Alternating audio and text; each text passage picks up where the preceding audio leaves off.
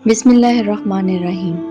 کہا جاتا ہے کہ اسپین میں ایک بادشاہ تھا جس نے ایک بوڑھے آدمی کو سزا دی کہ اس کو تاحیات جیل میں ڈال کر اس کا خورد و نوش بالکل بند کر دیا جائے۔ چنانچہ اس کو ڈال دیا گیا اور اس کا خورد و نوش بھی بند کر دیا گیا۔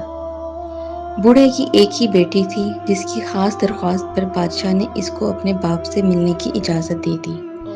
اب جب بھی وہ لڑکی اپنے باپ سے ملنے جاتی، گیٹ پر اس کی سختی سے تلاشی لی جاتی کہ اس کے پاس کوئی بھی اشیاء خورد و نوش تو نہیں ہے۔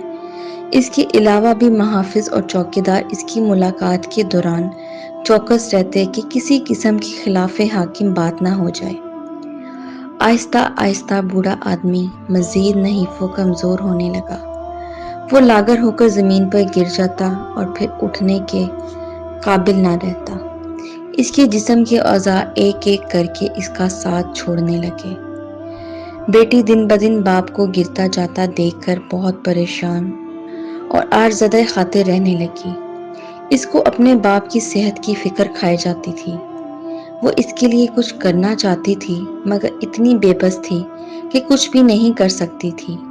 جب بھی لاغر و نحیف باپ زمین پر گھسیٹتا ہوا اس کے قریب آتا، وہ آہیں بھرتی اور رونے لگ جاتی۔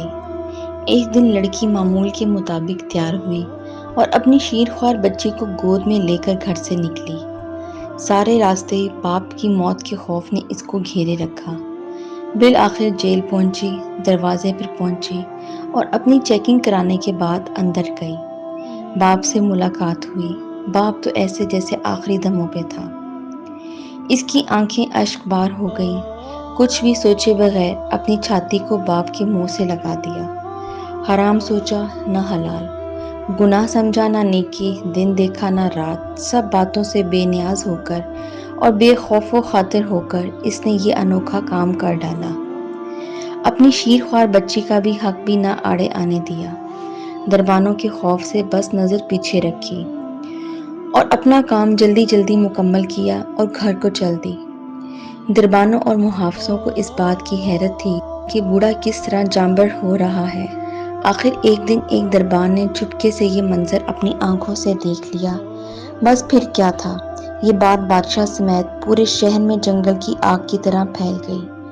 شہر کے علماء نے اس لڑکی پر بدکرداری کے فتوے لگا دیے اور عوام نے بہت تھو تھو کر اس لڑکی پر شفا کے مطابق وہ ایک فاحشہ عورت تھی۔ جب بات بادشاہ تک پہنچی تو اس کو سزا دلانے کا سوال اٹھا۔ بادشاہ نے لڑکی کو بلایا اور اس سے کچھ سوالات کیے۔ لڑکی نے کہا، میں اپنے باپ کو یوں سسکتا بلکتا مرتے نہیں دیکھ سکتی تھی، چنانچہ میں نے اس فعل کا ارتکاب کیا۔ اب بادشاہ اسے جو چاہے سزا دے سکتے ہیں، وہ اسے قبول کرے گی، مگر باپ کا یوں مرنا دیکھنا اس کو گوارا نہیں۔ بادشاہ اس لڑکی کی اپنے باپ سے بے پناہ محبت کو دیکھ کر بہت متاثر ہوا اور اس کو انعام و اکرام دے کر اس کے باپ کو آزاد کر دیا۔ لڑکی کا گناہ جو انسانوں کی نظر میں ایک بہت بڑا گناہ تھا، خدا کے ہاں قبولیت کے درجے پر پہنچ کر عبادت کے برابر رتبہ اختیار کر گیا۔